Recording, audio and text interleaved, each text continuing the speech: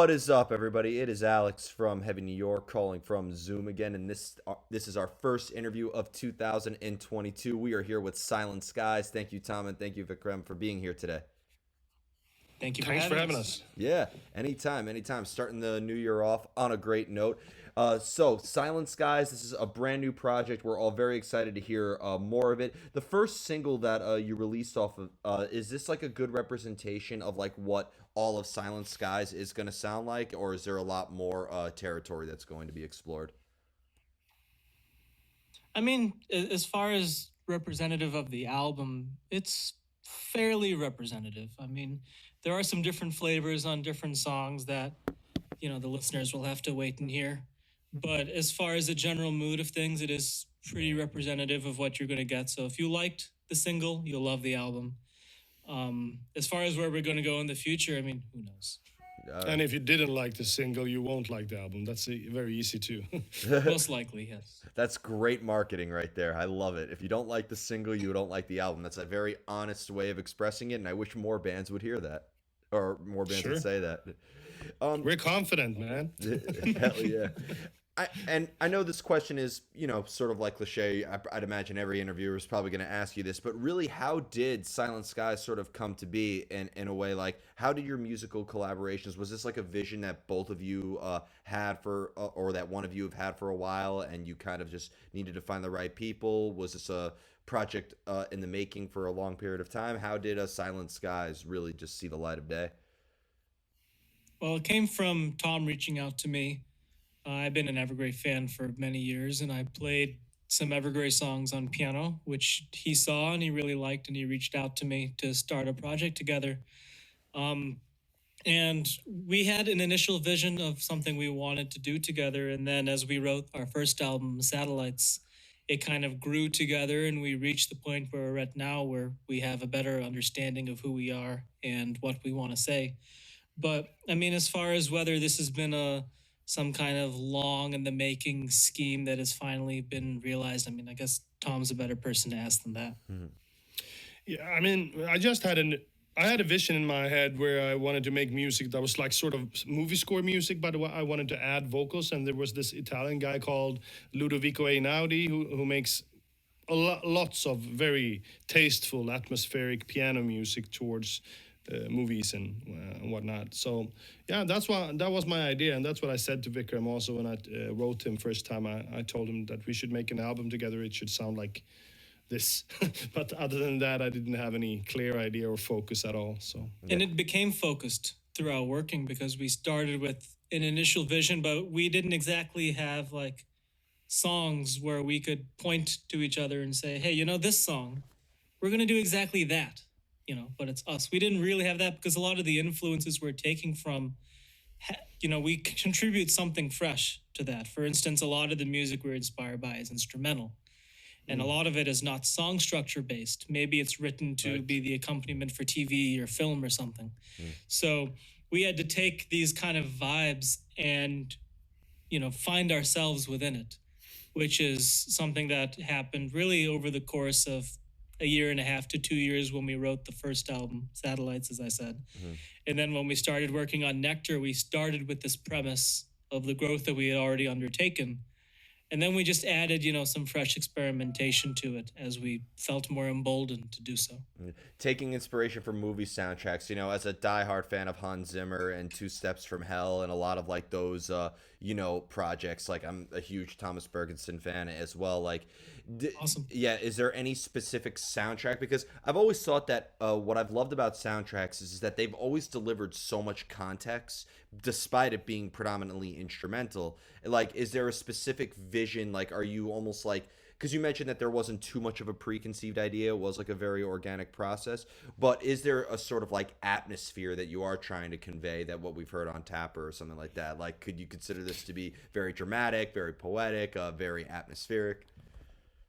A movie that we did enjoy both of us was Interstellar, of course, and I guess that set some sort of foundation for this creative process. But of course, now we left that, and it took on a pace of its own and became something very different, of course. But you know, most often it's just important to have a starting point, no matter where it takes you. So yeah, Sure. Interstellar was one of those, and as I said, Ludovic Giardinari was one of those, and we have another in Johan Johansson, which is the late Johan Johansson now, who's the Icelandic composer that we both enjoyed. So we had all of these similar, what do you call it, kinships, Sure. right? And that sort of, and that's still going on, right?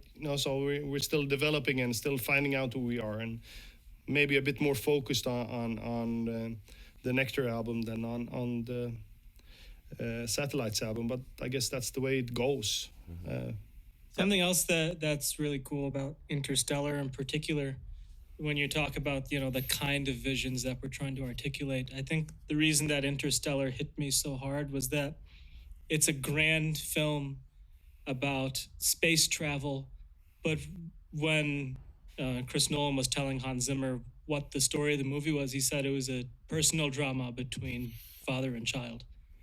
And so Interstellar is both of these things. It's grand, yet also very, very personal and intimate. And that's kind of what Silent Skies is too, because we're very grand and we think celestial in a lot of ways, but we also are writing about, the realities of human life. And so that's very much a big part of the vision that we try to portray. Yeah. Could Silent Skies, whether it is the Satellites album or even this newer, do you think of it maybe from like a conceptual standpoint? Like, Tom, I know that like with your work with Evergrey, that almost like some of your albums are very conceptually driven. Like I felt like the Atlantic sort of had like a little bit of its own sort of a story arc and its own little vision and narrative. So do you almost feel that maybe like a concept or maybe a meaning could influence the direction of the music as well? Yeah, I would say that it is like that. I mean, I would say that if one perspective of me is Evergrey, and that being the sort of anger and frustration of me, I would say that the more sorrow and more calm retrospective perspective is portrayed in Silent Skies, and of course everything that Vikram brings into it as well. So yeah, very much so. It's the concept is writing about human experiences, I guess. So. Yeah, and being that both of you have, obviously Tom with Evergrey, but Vikram, I know you've played and collaborated with a lot of artists as well. And like, do your other projects maybe help sort of like form the DNA of Silent Skies, or when forming this, you are all trying to kind of like distance yourself from previous projects? We're true to who we are, and so to me it doesn't make a lot of sense to start a new project and completely forget all the learning and all the experience that you've ever had. I think it informs who we are very much so, but we're also conscious about I'm not interested in this project sounding like Lux Terminus but with Tom, and Tom's not interested in this being Evergrey but with this other guy. That doesn't really do the music justice. So and that's also kind of fresh mentality. That's also the challenge. It has to be when we get too close to something like either of Redemption or Lux Terminus or Evergrey. That's when we need to sort of step back a bit and let's think about this part and see how we can make that sound different in order to make a sort of clear, focused decision about not sounding like Evergrey or the other bands. It's important for me because I don't want it to be like Evergrey but with no drums and guitars. It's like I want it to be an entity of its own. So definitely. Now, one question I have specifically for you, Vikram, is because like I've loved your piano playing and from the projects that you've done, because like I feel like you not only incorporate a classical sound, but you also incorporate like a futuristic sound. I feel like you really have like a smorgasbord of different sounds. Do you have like a theoretical element that you think about when you are composing music, or are you completely on the self-taught side? Well, thank you. And I have a lot of training. I studied classical piano for 10 years at the Cleveland Institute of Music, and then I got my degree in film scoring from Oberlin Conservatory. So and then I studied jazz as well while I was there. So and then he met me. A lot of different. And then I met the idiot, the Swedish idiot. No. I have all this theoretical understanding, sure, but I wouldn't say that I am consciously using it. I think theory is a beautiful and misunderstood thing, because I think there's some sort of idea that the more you know, the less good you're going to be because you're relying on the theory. And I don't think that's the point. It's like speaking a language. If Right. you speak more words, you can articulate more clearly. It's just that. It's not like you use all the new words you learn just because you learn them, or maybe some people do. Yeah. But I think normally, if you have a bigger toolbox, you can express yourself better. And for me, that's exactly what theory is. And why I think I love working with Tom so much is that he's no idiot. He's really, really damn good at what he does, and he knows his shit. He just knows it slightly differently than I do. And so when we come together, and when I bring my perspective and he brings his perspective, we kind of create something that really neither of us could do by ourselves, because he brings a certain quality that I may not naturally have, and I bring something that he does not naturally have. So it's it's the best of both worlds, and I'd rather work with someone like that in this kind of project than someone who has the exact same theoretical foundation as I do.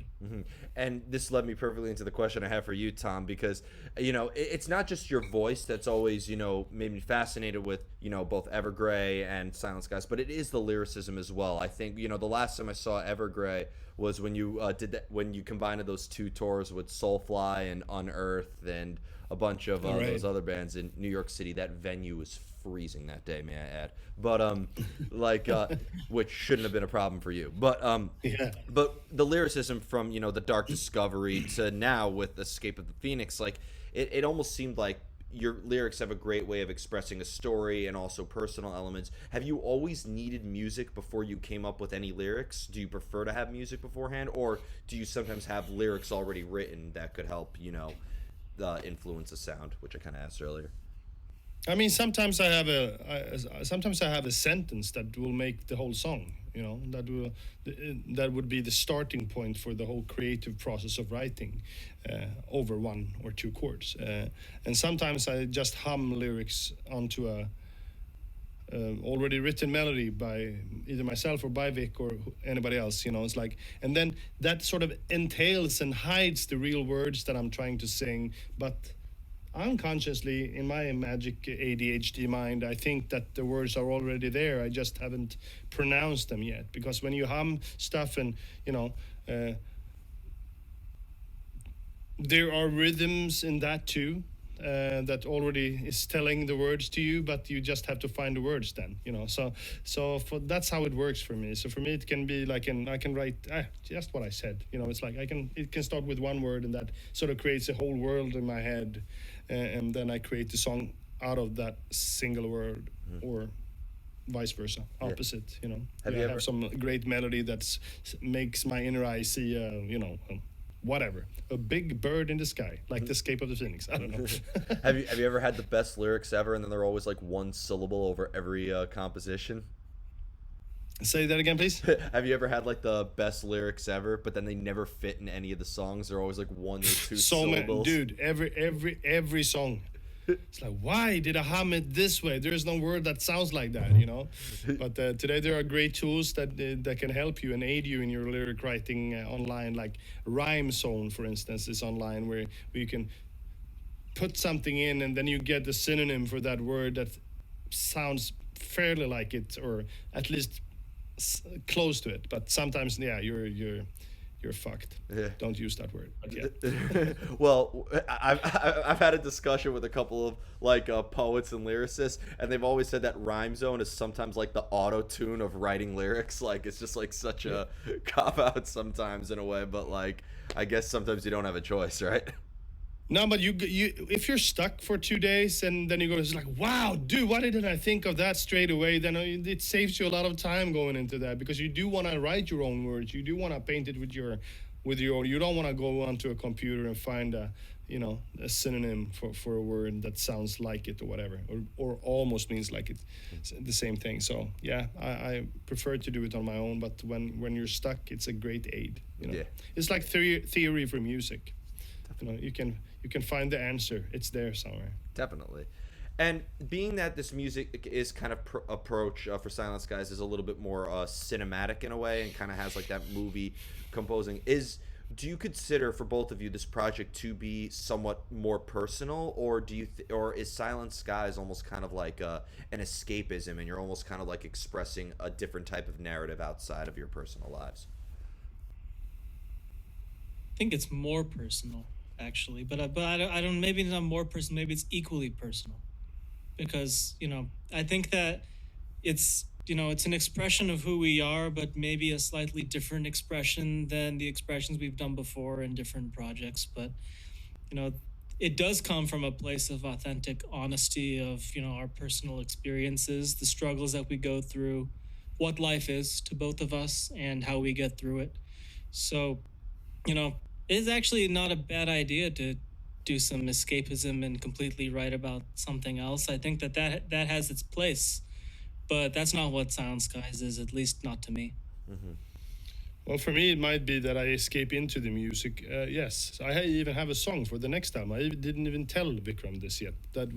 Is called escapism. So it's that is what it is for me. But it's not like, at the same time, music has become such a big part of my life now. So I'm sort of just escaping into another part of myself. So it's like, yeah, I don't know, I don't know, dude. Well, It's weird.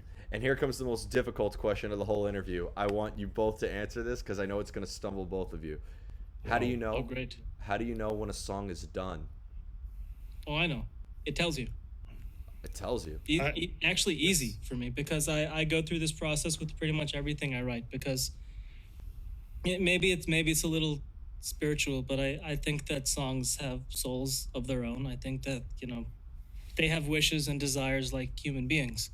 And so I think the best thing you can do as a songwriter is to, truly listen, not listen to yourself, listen to the song, try to be selfless for a second and see, okay, what is the song actually asking for? And I think at a certain point, the song's like, this is me, this is who I am, I've been served appropriately.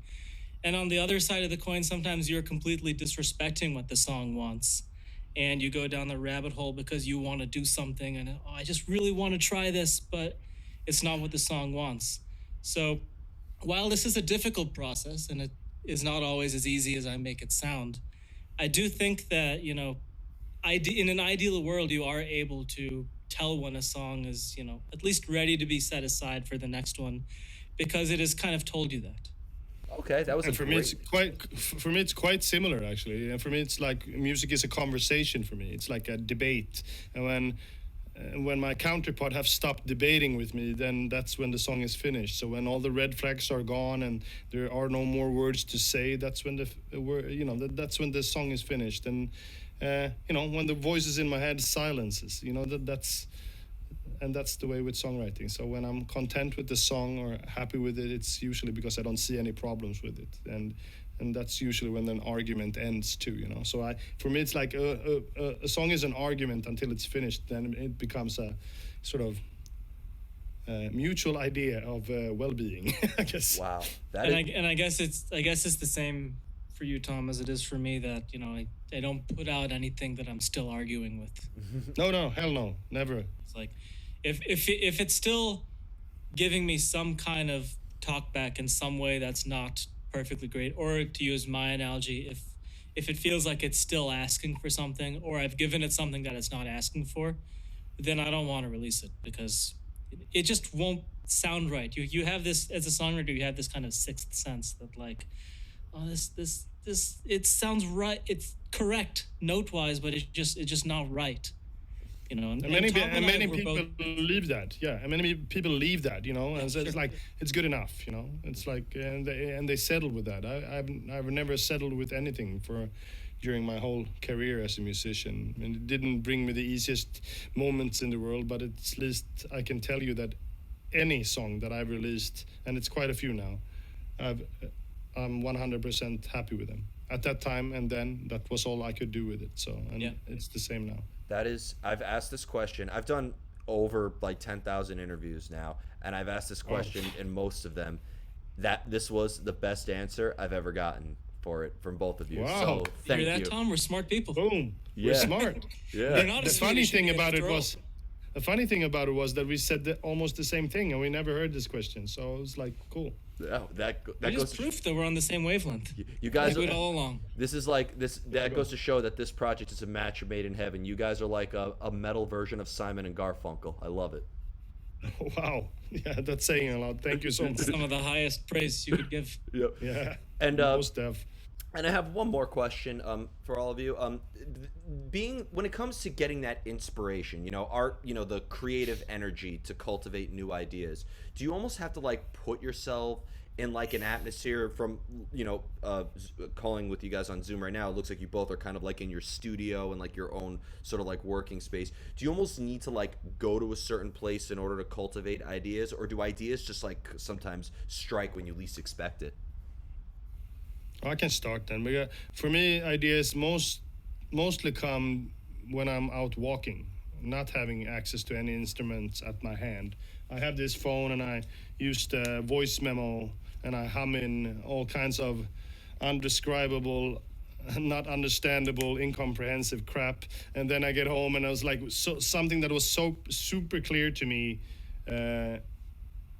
doesn't make any sense when I get home. But the 2, 3, or 4, or 5% of the 100 that does, those are the things that become songs. So, yeah, that I very rarely sit down and write music from the heart, sitting here and trying to achieve that. It comes from within, and it comes, while I'm in the sofa and not using that part of my creative mind that much.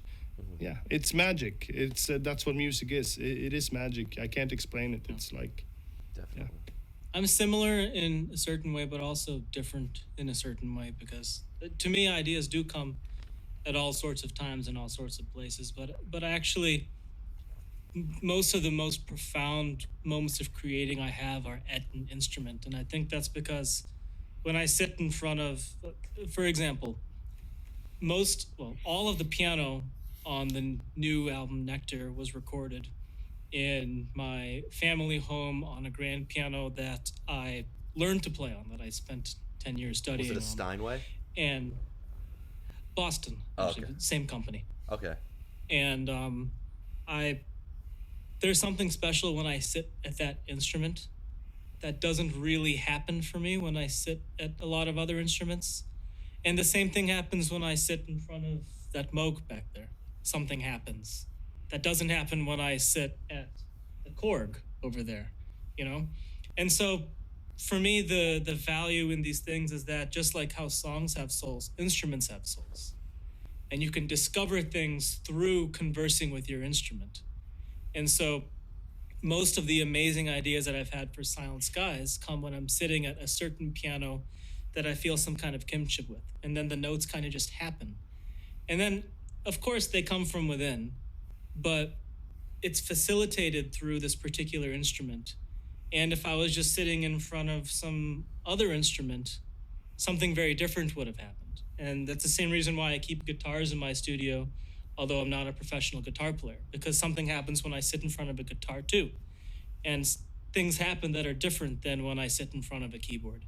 Mm-hmm. So for me, I do come up with a lot of ideas elsewhere, whether I'm on a walk or sitting on the couch or something. And then, as Tom said, the voice memo is your best friend. Yeah. But a lot of amazing ideas for me come through communion with instruments. Yeah.